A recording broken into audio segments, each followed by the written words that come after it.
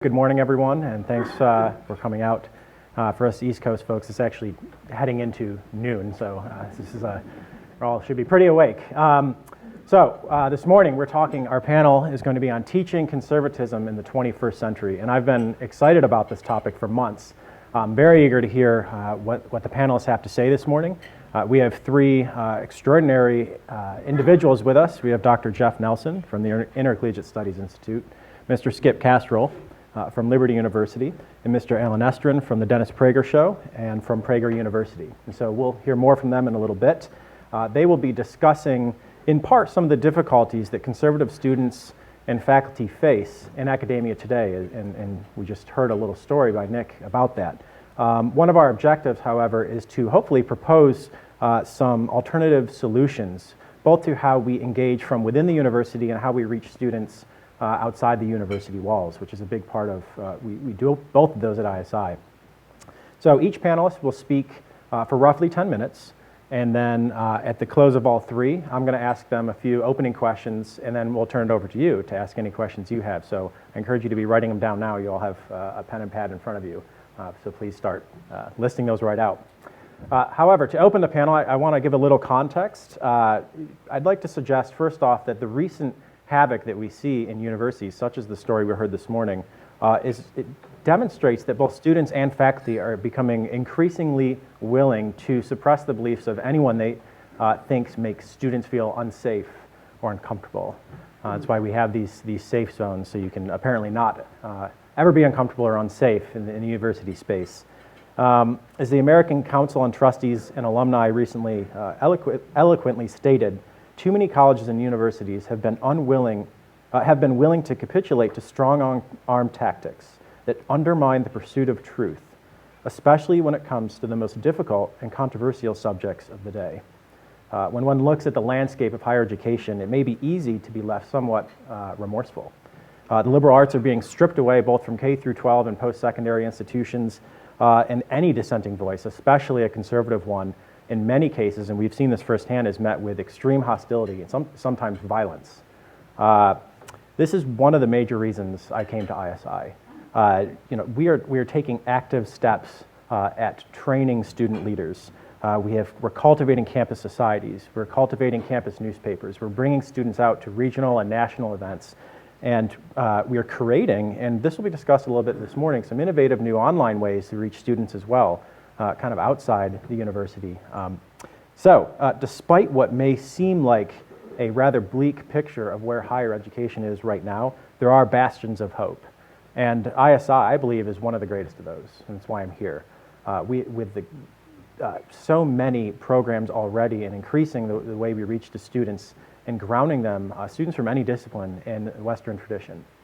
And we prepare them for roles, hopefully, as future thought leaders who are prepared and willing to combat some of this craziness that we're seeing in colleges and universities today. So finally, to kick off our panel, I'm just introducing everyone. I'm taking a little bit of time here.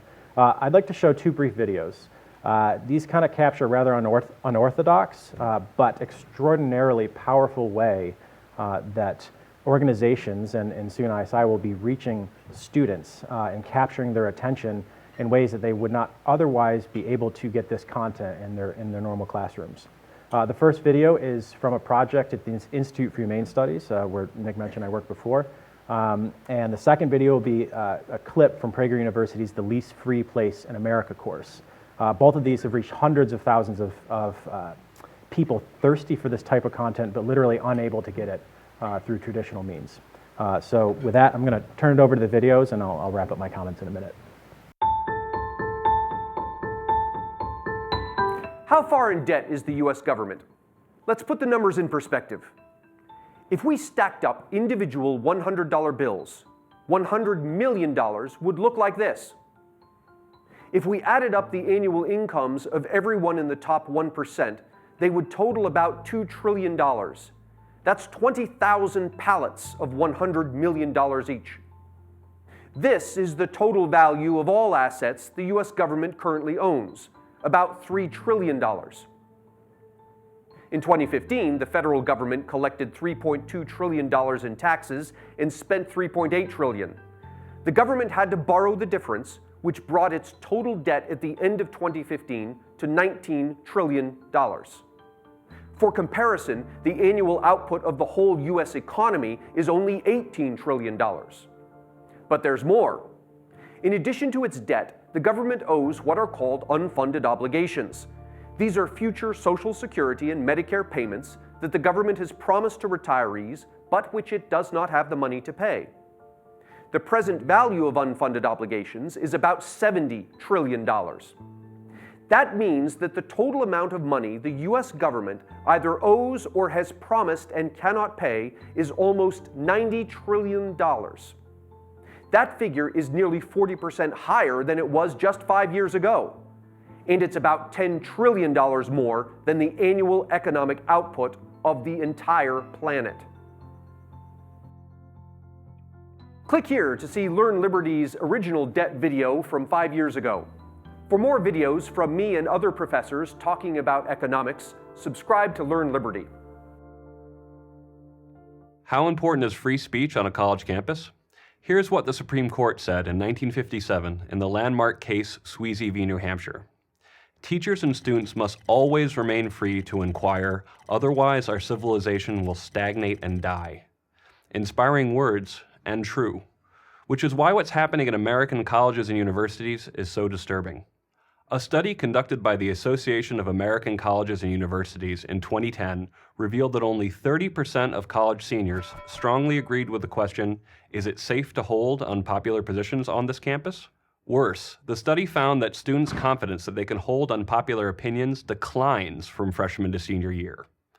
How can it be that at a place where speech should be the most free, the university, young people fear merely holding, to say nothing of actually expressing, unpopular opinions? The reason is that for decades now, students have been sent a clear message from their schools. Express dissenting opinions, violate political correctness, or even just criticize the administration at your peril. After working for 12 years at the Foundation for Individual Rights in Education, I have seen hundreds of examples of students in peril. Here are just a few. At Indiana University, Purdue University, Indianapolis, a student employee was found guilty of racial harassment for publicly reading a book that some of his fellow employees found offensive. The book was Notre Dame versus the Klan, and it was available in the school's library. It recounted and celebrated the defeat of the Ku Klux Klan when its members marched on Notre Dame in 1924. So what did the university find offensive? The photo on the book's cover. At the University of Delaware, students were forced to undergo ideological re-education as part of the university's compulsory student orientation program. The program was described as treatment for students with incorrect attitudes and beliefs. Students were taught to adopt highly specific, university-approved views on politics, race, sexuality, sociology, moral philosophy, and environmentalism. They were also required to attend one-on-one meetings with their resident assistants, where they were compelled to answer intrusive, probing, and utterly irrelevant personal questions such as, when did you discover your sexual identity? And an increasing number of schools are trying to drive religious students off campus. Vanderbilt University, for example, has enacted a policy that forbids faith-based student groups from selecting members and leaders based on their faith. As a result, 14 Christian groups have been de-recognized by the university. Then there are speech codes at a majority of American colleges and universities. What is a speech code? It is a university regulation or policy that limits or bans expression, written or verbal, that is protected under the First Amendment. Such codes are applied with glaring double standards against religious, conservative, or politically incorrect speech, or simply speech that a particular campus administration happens to dislike. All right. I love that quote from Sweezy versus New Hampshire in the PragerU video. It says, teachers and students must always remain free to inquire. Otherwise, our civilization will stagnate and die. This is exactly why ISI is cultivating current and future leaders on college campuses. This is why we work with thousands of faculty really from all over the world to bring back that discussion and debate around the foundational ideas of limited government, individual responsibility, and free markets. That is why we are seeking ways not only to change the current system from within, but also to develop innovative new ways of bringing this content to folks outside the university, bring this content to students where they can't find it in the university. So with that, I'm going to turn over to our first panelist, Dr. Jeff Nelson. He's going to flesh out the landscape of higher education kind of from a macro perspective and talk about why the time to innovate is upon us. Dr. Nelson is the Senior Vice President of Educational Programs at ISI. He holds a bachelor's from University of Detroit, a master's from Yale University Divinity School, and a PhD in American History from University of Edinburgh in Scotland. He has quite an impressive array of publications. I won't go into everything, but he has been at ISI since '91. He left for a brief time to be president of a college and came back and now kind of leads the way on our forthcoming politics, philosophy, and economics curriculum. And I get to work daily very close with Jeff, so please welcome him up to give his comments.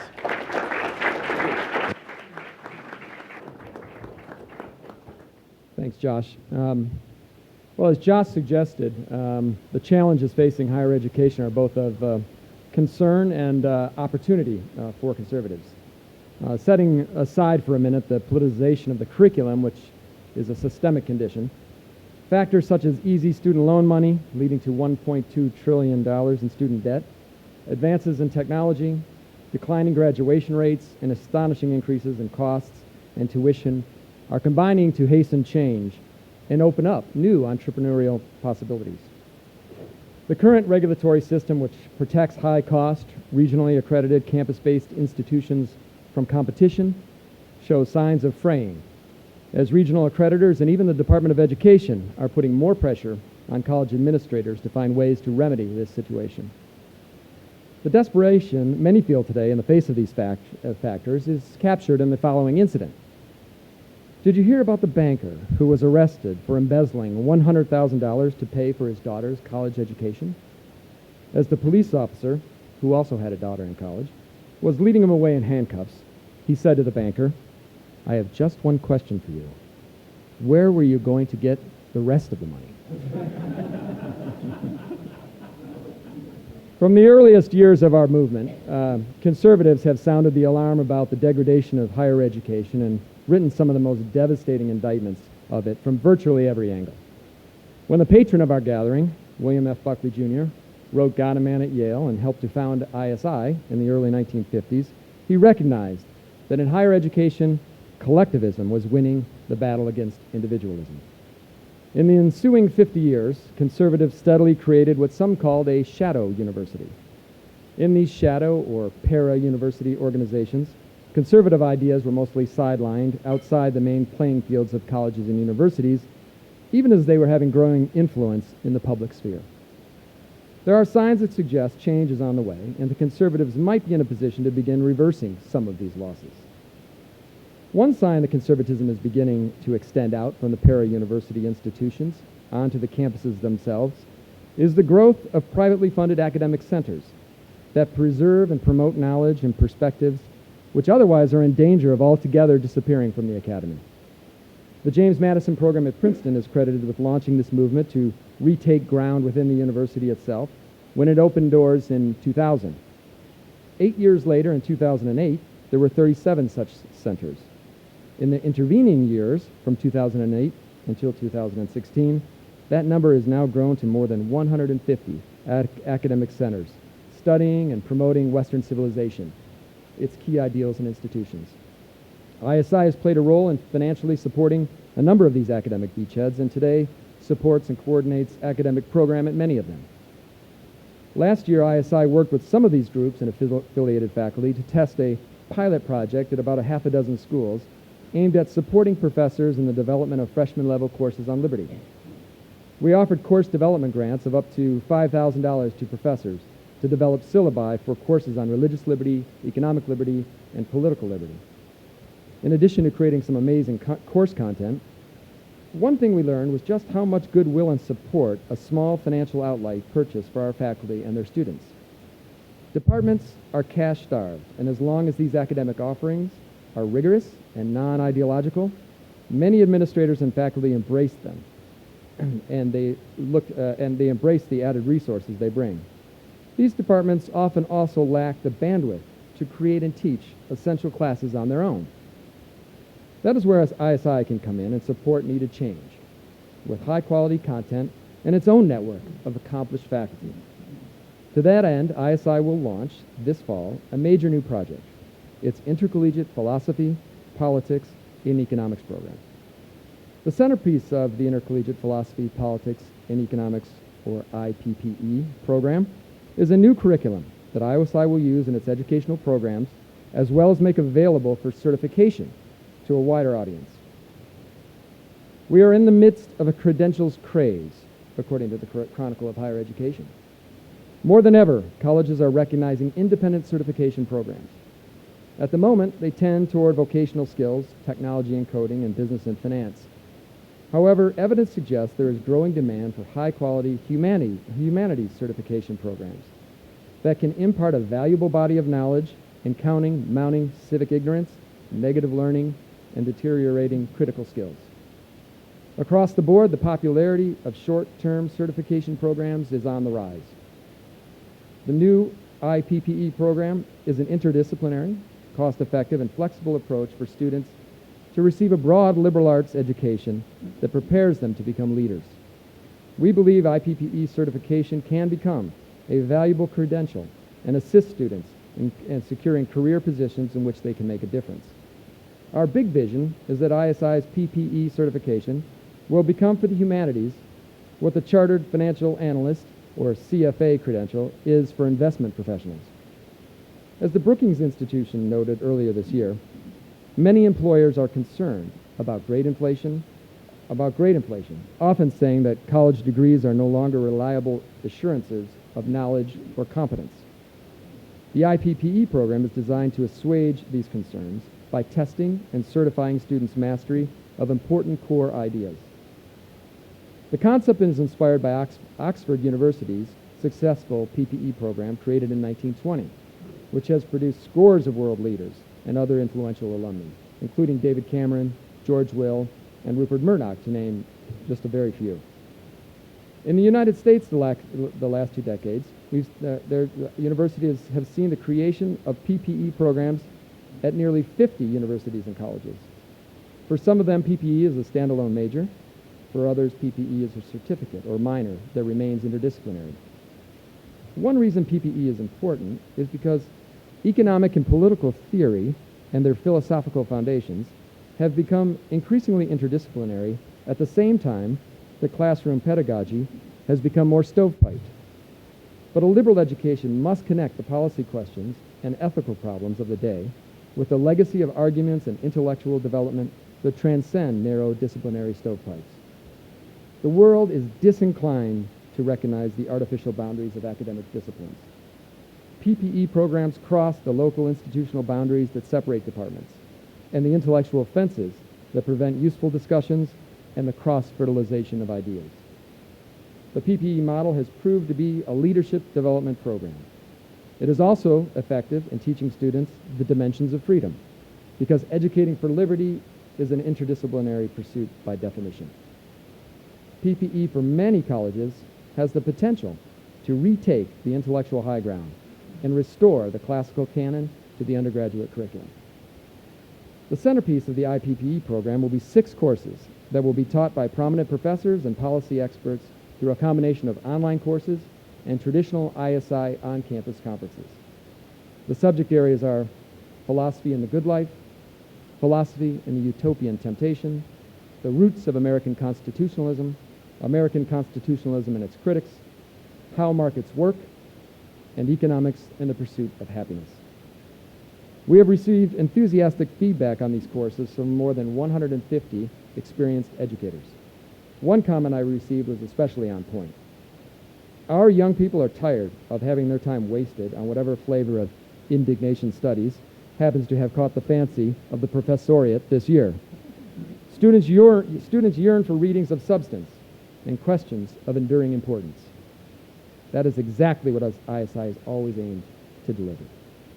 And so throughout this curriculum, students will study the greats: Plato and Aristotle, John Stuart Mill and C.S. Lewis, Edmund Burke and Solzhenitsyn, Magna Carta and the Federalist Papers, Tocqueville and Lincoln, Adam Smith and Friedrich Hayek, among many others. As the first step toward the creation of the full IPPE program, ISI will design and execute a pilot course on how markets work during the fall of this year. The goal is to produce a focus group course experience that will garner for ISI feedback needed to scale the full online program for delivery to hundreds of students. It will begin with a group of 25 students engaging in 6 weeks of online coursework. Students also will be offered a scholarship to attend one of ISI's regional weekend programs to foster valuable personal interaction. The online content will include up to 20 high-quality produced original videos and will be structured as an experiment that will not only allow us to solicit feedback from a variety of students at strategic campuses, but will also provide useful data for future decisions about the ways in which the program can scale up. ISI is already assembling a consortium of colleges and universities committed to help leverage the IPPE program on campuses nationwide. Currently, we are exploring partnership opportunities to secure the option of transfer credits for interested students, to co-develop original online courses and programs with select universities, to co-sponsor IPPE conferences from 1 to 6 weeks in duration, and to develop traditional major or certificate programs from the IPPE curriculum. ISI will also create a resource to link PPE alumni with potential employers and related opportunities. We are truly at the beginning of this innovative curriculum project, but the potential for exponential growth in program participation is already evident. Today's students increasingly are looking for alternative programs that cap educational experiences with uniquely focused curricula that offer entry to a national network. Employers, too, are looking for innovative ways to validate knowledge and skills and are seeking out new pipelines of talent capable of meeting the challenges of today's dynamic workplace. ISI anticipates that in the humanities space, its new PPE certification program will be a high-quality answer to that search.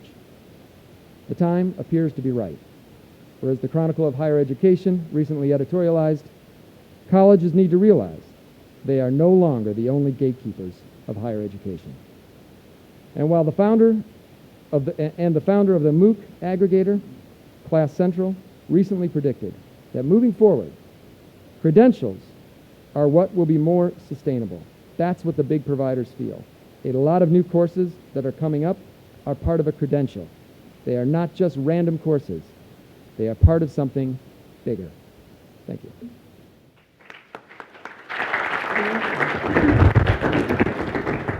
All right. Well, thank you, Jeff. Your point about the Academy being in the middle of a credentials craze is particularly relevant, I think, to our next topic that Skip Castro will be speaking on. Skip comes to us, as I mentioned earlier, from Liberty University, where he is the Senior Director of Institutional Effectiveness. He has an undergraduate degree in economics and mathematics from the University of North Florida and is just wrapping up his doctoral dissertation in education from Liberty University. He speaks with hundreds of faculty, both at Liberty University and all over the country, on the topic of educational accreditation and compliance and program assessment. So his experience in that regard is very relevant, I think, for the topic that we're talking about this morning, or that he's going to be talking about this morning, which is the over-politicalization of the university. And we've already kind of hinted at that several times already. In particular, he's going to be discussing the advent of over-regulation, the obstacles accreditation and compliance federal standards place on legitimate educational institutions, and hopefully some unique solutions to this. So please join me in welcoming Mr. Skip Castro. Good job. Good morning, everyone. I think that's your fourth official good morning, so hopefully Alan's here to give you your fifth, and get many more. Okay. In spite of some of these scary things that I think we've seen on the video this morning, it shouldn't surprise anyone that the American system of higher education is still widely regarded as one of the best educational systems in the world. Americans place a great deal of confidence in their college and universities as a path to prosperity and success, as I'm sure many of you in your degrees could talk through how that has changed you and made you into who you are today. Foreign students also come to college and universities to earn their undergraduate and advanced degrees. So overall, college and universities have seen increased enrollments, albeit with significant changes in demographics and the skill levels of incoming students. Yet recent news coverage, and even early this morning, reveals some deep underlying anxieties about the American system of higher education. Students and their parents express concerns about the rising costs, something that you'll also hear from the elected officials. Faculty are bemoaning the declining status of the tenure system, their own level of students. Administrators are lamenting budget cuts, pressures from government agencies, as well as increasing pressures from accreditation agencies. For example, just to give you a little taste of this, several years ago, the Department of Defense came to Liberty University, and we have a large online military population, and so they have a vested interest in that. So they came there, but their visit, which came on very short notice, necessitated several of our offices to do about a week's worth of work. And while a week isn't a lot of time, one of the recommendations that came from that visit was instruction and curriculum changes.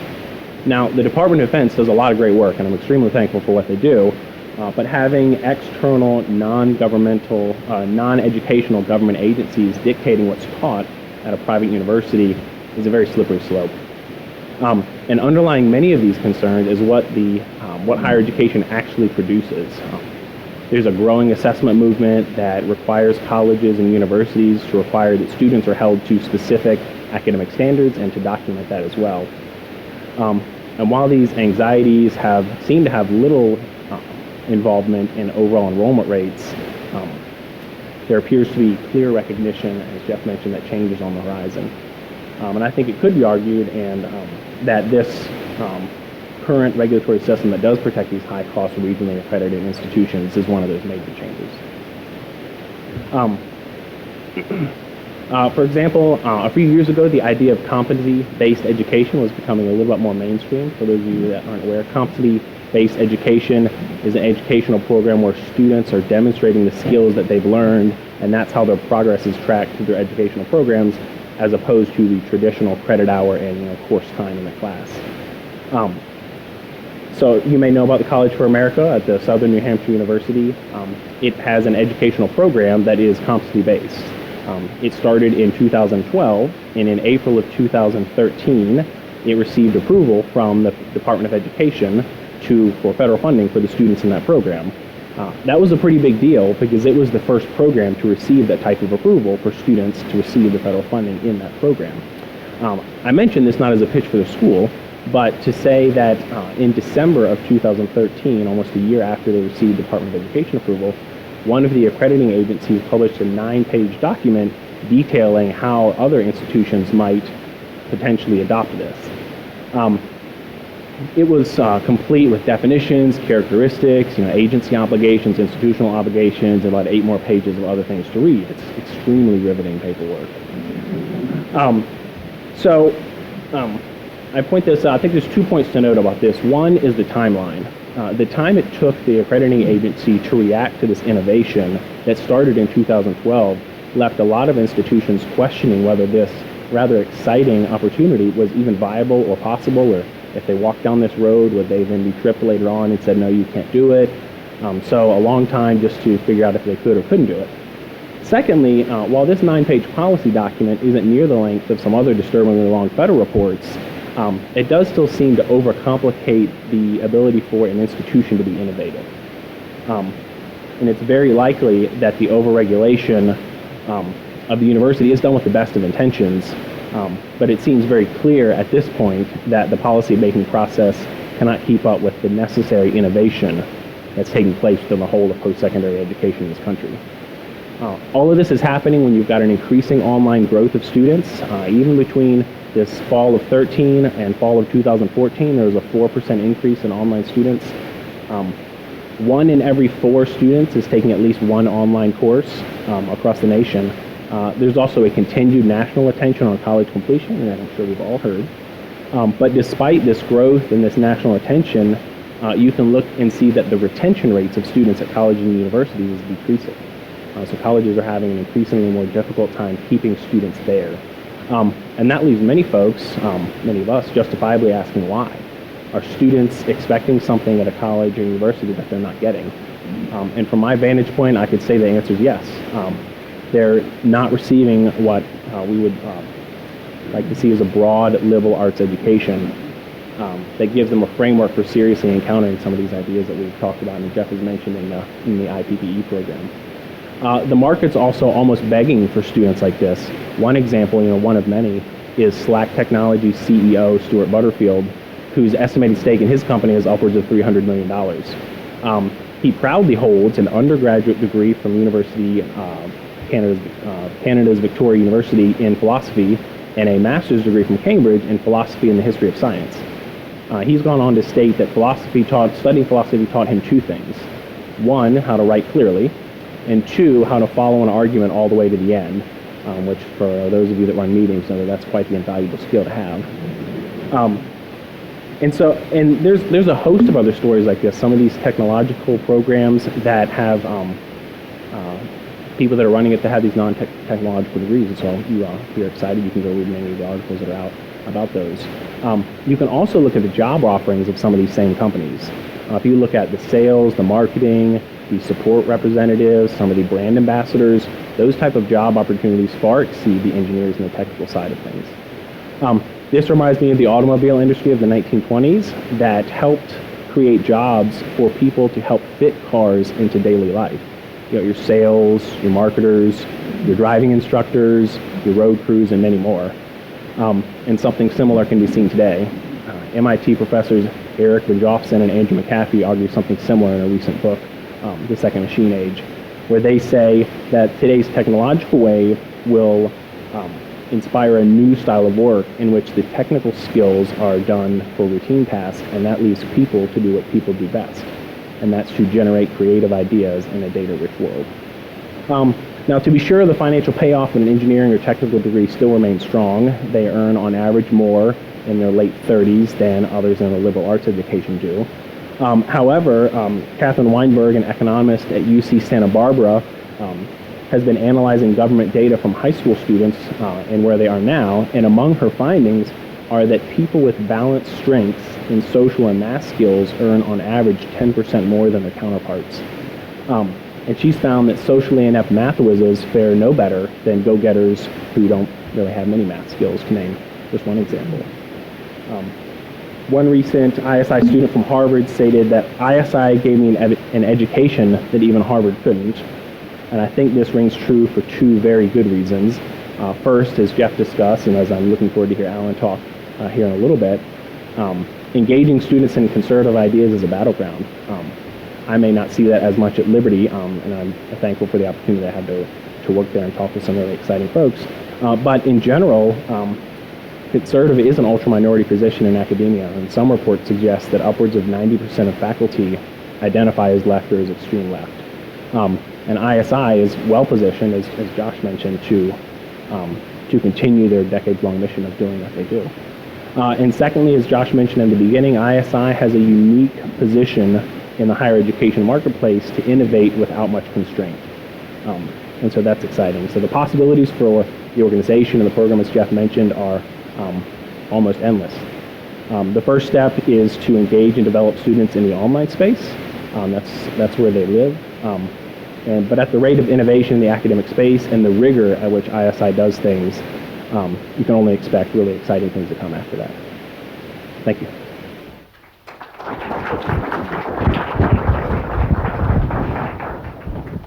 All right, well, thank you for the fascinating remarks, Skip. At one point you mentioned that you said overregulation seems to overcomplicate the ability of an institution to be innovative. You went on to note that while a university may still attempt to innovate, it seems the accreditors cannot see beyond the historical credit hour. I think this pairs really nicely with the topic that we're going to talk about now in our third section of the panel. Mr. Alan Estrin will be speaking on this. He is the co-founder of Prager University, which you saw a clip from that in the beginning, and the executive producer of the Dennis Prager Show, which I'm sure many of you have heard. He's had a varied career in film, television, and academia. His writing and credits are very impressive and long, but include multiple episodes of Emmy award-winning TV shows such as The Practice, Boston Public, and Touched by an Angel. In addition, he's written film history, educational and corporate videos, and directed the highly praised documentary Israel in a Time of Terror. And finally, his first novel, Heaven's Witness, was named one of the best mysteries of the year by the Weekly Standard. And so Alan will be concluding our panel this morning by discussing non-university educational initiatives. Specifically, he'll be discussing his experiences scaling educational content to the masses, such as the video that we've already seen, or videos, and how this can be used and leveraged both in the classroom and out of the classroom. So with that, take it away, Alan.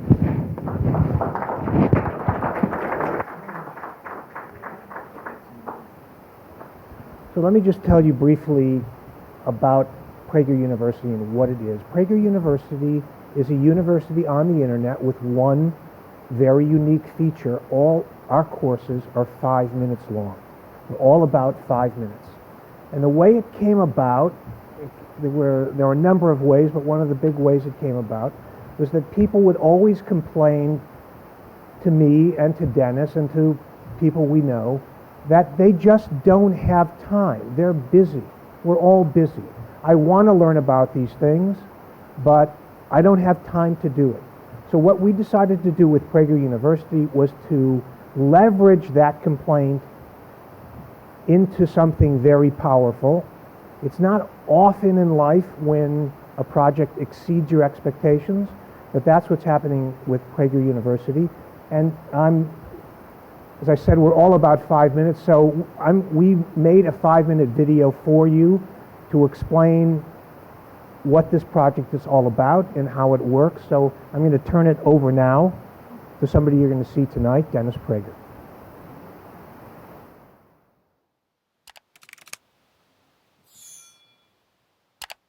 Hi, I'm Dennis Prager.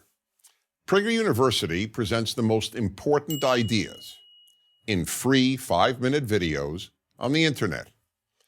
We explain the ideas that have made America the freest and most prosperous society in history. And we explain why only a free market system can lift a society from poverty, why the world so needs a strong American military, why Judeo-Christian values are the core of Western civilization, and much, much more. And here's the best part. Our 5-minute videos reach tens of millions of people across the world. How do we do this? First, we feature some of the world's finest thinkers. Second, our videos are clear, concise, and entertaining. Progressive versus progressive, competing to see who can most flamboyantly claim to be offended, to proclaim that their feelings have been hurt, or that their sensitivities have been rubbed raw, or their serenity disturbed, or their composure discombobulated. All fight for you. So tired of these politicians and their town hall meetings when somebody stands up and says, I'm pregnant with quadruplets, I've been put on academic probation at the junior college, and my milkman hates my guts. What are you going to do for me? Being a normal boy is a serious liability in today's classroom. Boys tend to be disorganized and restless. Some have even been known to be noisy and hard to manage. Sound like any boy you know? Third, we employ sophisticated social media marketing to connect to our audience. Our goal is to change minds, and just as important, to teach those who agree with our values how to make these arguments on their own so that they can also change minds. We supply the ammunition in the war of ideas, and the number of people we touch is unparalleled. In 2015, PragerU had 70 million views. You heard that right, 70 million. This year, we will surpass 100 million. That's an average of about 1 million unique individual views of every single video we release, and some of our videos get far more than that. Some examples: the Middle East problem, an explanation of the Israeli-Palestinian conflict, received over 6 million views. Again, that's 6 million different computers in 8 languages, including Arabic. Was the Civil War about slavery, taught by the head of the history department at West Point, has 7.5 million views. Don't judge blacks differently, an argument for equality based on behavior and not skin color, delivered by a young black woman, has over 5 million views. And these views matter. 70% of Americans use the internet as a regular source of news. This is especially true of young people, and 60% of our viewers are under 35 years old. We're not done. There's also radio. We promote every PragerU video on my nationally syndicated radio show, heard on more than 150 stations across the United States. And our relationships with other talk radio hosts, as well as other websites, bloggers, and newsmakers, expose us to an even bigger audience. Major newspapers, both in the U.S. and internationally, refer to our videos on a regular basis. Fox News has played excerpts from our videos multiple times. And congressmen and celebrities quote PragerU videos on their social media. There's also outreach to schools. As one large website, which doesn't agree with us, wrote about this outreach. Prager has developed an ingenious way of getting his opinions to a new kind of audience, one harder to reach via traditional media channels. Today, over 3,000 educators utilize PragerU videos as teaching supplements in their classrooms.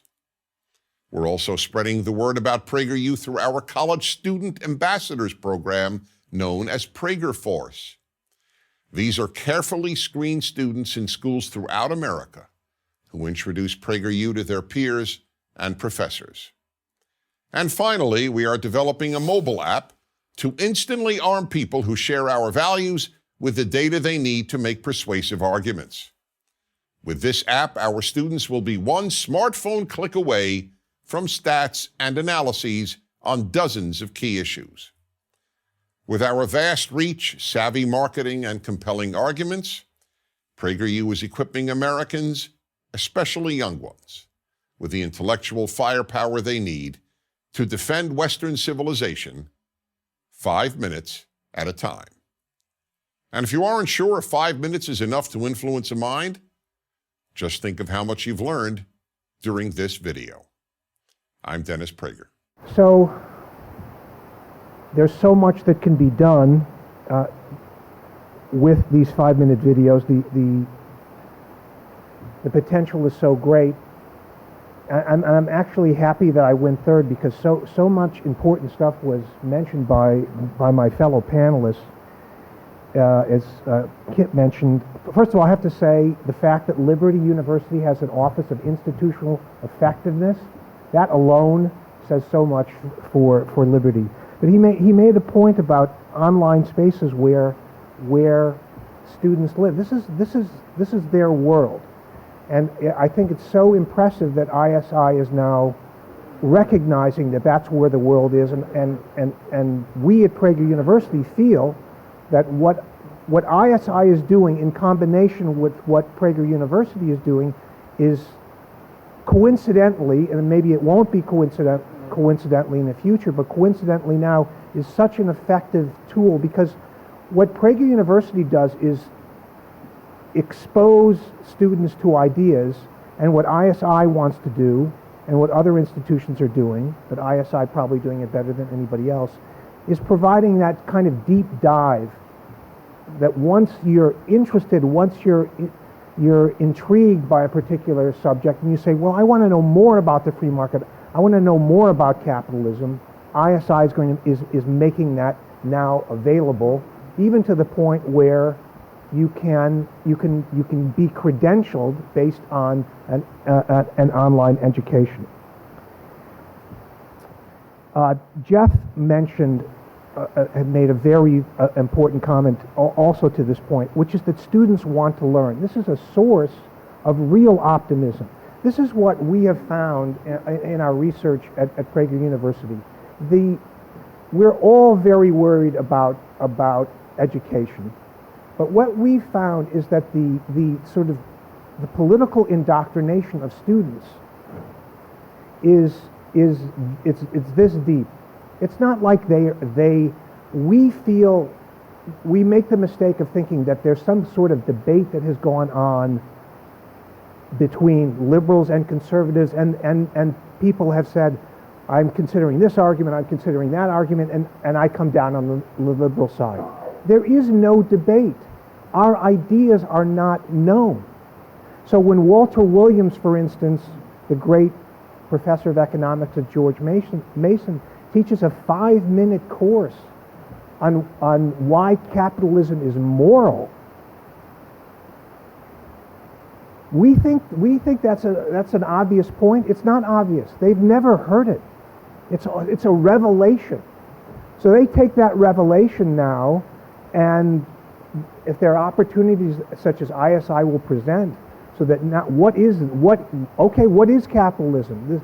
I never heard this before, and you go deeper and learn more about it, then you start changing minds. That, as Dennis mentioned in this brief presentation, is what Prager University is all about, and of course it's what we're all about, everyone in this room is about, is changing minds. And we do it two ways. We do it, one, by influencing. We will literally change minds of students by exposing them to ideas that they've never known. I'll give you just one other brief example. I had a very nice conversation with Professor Campbell a moment ago, where he mentioned about how do you get Thomas Aquinas, how do you distill Thomas Aquinas into 5 minutes? And the answer is you can't, obviously. But we have a 5-minute course taught by Bert Folsom, the great professor of history at Hillsdale, on John D. Rockefeller. Now, if you talk to a student about who is John D. Rockefeller, well, he's that robber baron, that greedy capitalist, that paragon of greed. Well, you're not going to say that after you watch Bert Folsom's 5-minute course on John D. Rockefeller. You'll find out that John D. Rockefeller gave away more money than anybody ever made, that he funded a black college, Spelman College, that he started University of Chicago, that he made his fortune by providing value to consumers, that John D. Rockefeller was responsible more than any single person for the creation of the American middle class. You find that out in 5 minutes. So we can't summarize John D. Rockefeller's life in 5 minutes, but we can intrigue people about who he is and change their mind, start thinking about who is John D. Rockefeller. Maybe I need to know more about this guy. And we could do the same with Thomas Aquinas. So there is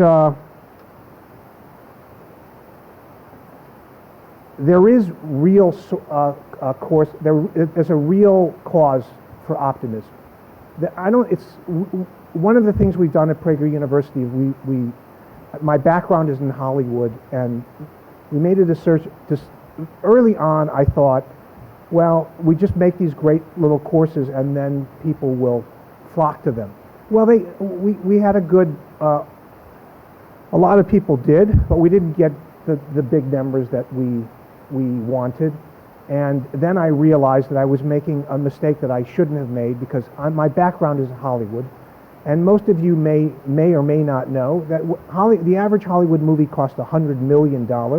Hollywood spends $100 million to market its $100 million movie. So what Prager University decided to do was, we're going to start spending more money on marketing, because we have a great product. I mean, why does Coca-Cola spend $500 million a year on marketing? That people don't know about Coca-Cola? Of course they do, but marketing is of critical importance. So in addition to making a great product, we spend a lot of effort, a lot of time marketing, to going, as Kip said, to where these students live, which is online. So the source for optimism is that we're doing something that the other side is not doing effectively. We actually have the jump on them. We have to take advantage of that. We have to act decisively, and we have to act now. We all have that sense that there isn't a lot of time. My biggest concern is we now have 140 courses or so. I wish we could have 500 tomorrow. So thank you very much, and we're all very excited to be here. And you'll see Dennis tonight, and he'll add his special spin on all of this. Thank you.